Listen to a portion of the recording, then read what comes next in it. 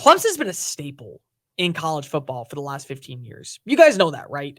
Like, the second that Dabo Swinney got hired, things drastically changed in an instant. And you got the Joel Osteen version of college football's coach become an overnight industry sensation after making a few moves, struggling in his first few years, and then really turning the corner.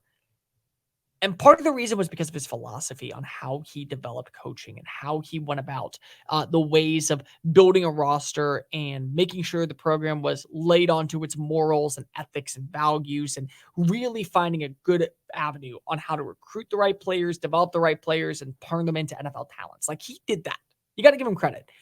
And if you were to go ahead and tell the story of college football in the last 15 years, you can't do it without mentioning Dabo Swinney. You just can't. It's impossible, because you can't not mention Clemson and how dominant they've been, not just in the ACC perspective, but in the national global perspective in the industry. Like, they have won 2 national titles, and they've been a college football playoff perennial team for years. Like, every single offseason, when we talk about Clemson, 10 wins is expected. ACC titles are expected. New Year's Six bowl games are understandable, but they're not the expectation. And national titles are supposed to be at the forefront of every conversation.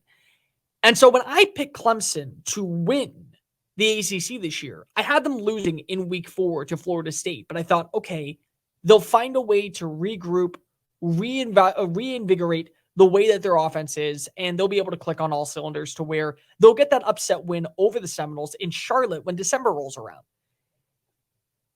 It's early, and I'm not going to be that guy that immediately overreacts and says Clemson is not worth a top 25 vote, because that they are. They're Clemson. They're going to get the consideration, and they're going to get the exacerbation. But in the same breath, it is hard to go ahead and say that this team is going to do anything in the ACC, because Duke is one thing. And Duke last night had countless errors in a 28-7 beatdown in Durham. They did. Like, they were far from perfect. And I know that I said earlier that Duke is going to be a team that people are going to have to mess around and not want to find out what they can do. And I stand by that. I really do. I think Duke is really intriguing in college football this year.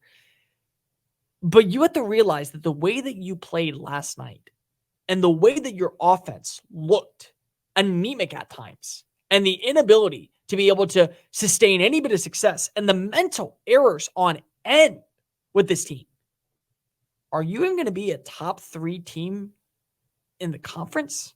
I mean, Florida State's one thing. Like, Florida State is absolutely shown their true colors and proved in their first game against LSU, a very good LSU team, I still think, that they mean business. They're going to mess around and they're going to punch their way through the ACC to probably play in the Queen City against whoever is the opposing team for a shot at the college football playoff. They're going to do that, and they have the talent to do that. But if Miami gets a win this weekend over Texas A&M, we're going to start talking about the Hurricanes in a much more positive light. If you see potentially an upset win by NC State with Brennan Armstrong leading the charge against maybe a Notre Dame, we're going to start talking about them. North Carolina's defense really was impressive against South Carolina. They were. Like, you don't get 9 sacks on the day if you don't have a good defensive line and a good defense overall. So that's a huge win for Mac Brown and the Tar Heels, especially when they have the quarterback figured out. Pitt's going to mess around and do some stuff. I would not be shocked to see another breakout team like a Louisville come together. Or if you get the first half of what Georgia Tech did against Louisville, maybe they'll find a way to be able to go ahead and get some wins. Like, you do not have right now the talent to be able to go toe-to-toe with a Notre Dame. You don't have the talent right now or the offense perspective to go toe-to-toe with Florida State in 3 weeks. You don't. And what's really interesting is that Dabo Swinney is at a crossroads in his career that a lot of coaches go through in 2 areas. The first is change is inevitable in every aspect of life. You change jobs, you change locations, you move, your family has death. You have to go ahead and reevaluate your entire life process because of what occurs, because of it's inevitable. That's just part of life. And it happens in college football. NIL and the transfer portal have drastically changed the way that teams reconstruct their rosters in the offseason, because recruiting is at an all-time high when it comes to the NIL and what your boosters and what your alumni are able to offer. And the transfer portal is basically free agency. Like Lane Kiffin said this offseason that the transfer portal at this point is basically the NFL's free agency. What can you offer a kid to be able to come to your school, whether it be for 3 years, 5 years, 1 year, whatever it is? What can you offer them to guarantee that they're on the roster? And Clemson doesn't do either. And that's a major problem. Like, Clemson was known as wide receiver U for years underneath Dabo Swinney. They have been known as the place to go if you want to end up being a superstar talent at wide receiver. Nuke Hopkins, Sammy Watkins, Deion Kane, or you have other guys like Adarius Scott. I might even mention the guys like T. Higgins and Justin Ross and countless others who have been really good receivers in this room. And you don't have that alpha dog. And instead of going out this offseason and adding in talent that was available to you, you decide to stick to your guns and your morals and your ethics and say, we're going to build from within because our culture means more. No, Dabo, it doesn't. Not in today's society. Keon Coleman was a really good receiver. He's at Florida State, and you get to face him in 3 weeks. A.D. Mitchell caught 4 touchdowns in 4 different playoff games for Georgia. He's now the number 2 at Texas.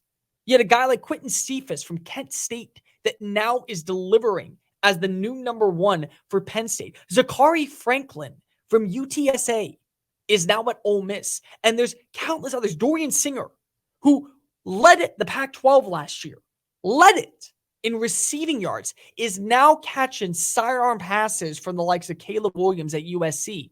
And he's mixed in with a bunch of other receivers that are going to be missing playing time because if he has to be on the field. And you said no to all of them. So if you don't change that, you are in a lot of trouble moving forward in the future of college football because everyone else is doing this to better their rosters, to better their chances of winning national titles.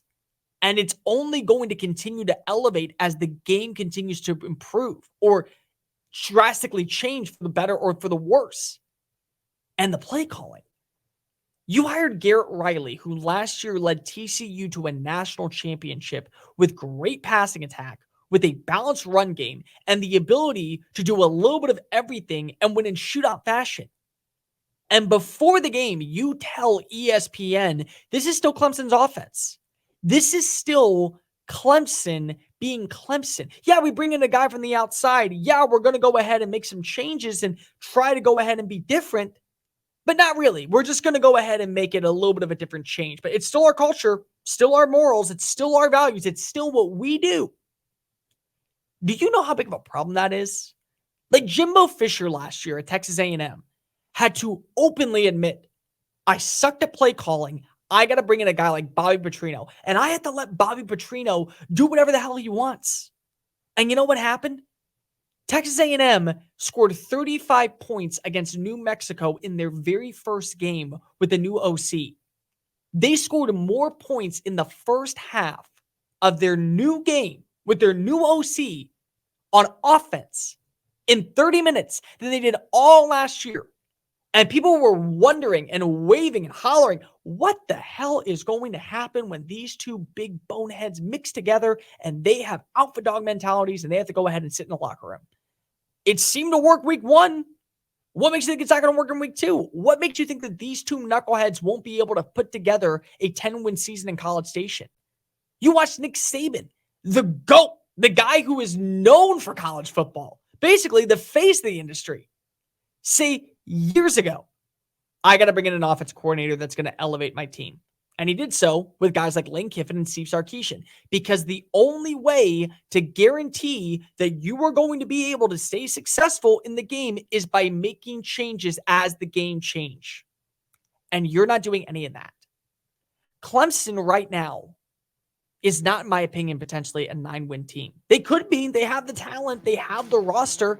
But because of Dabo Swinney's entire persona about following a code, a standard, a moral high ground at Clemson University, they go and they end up hurting themselves.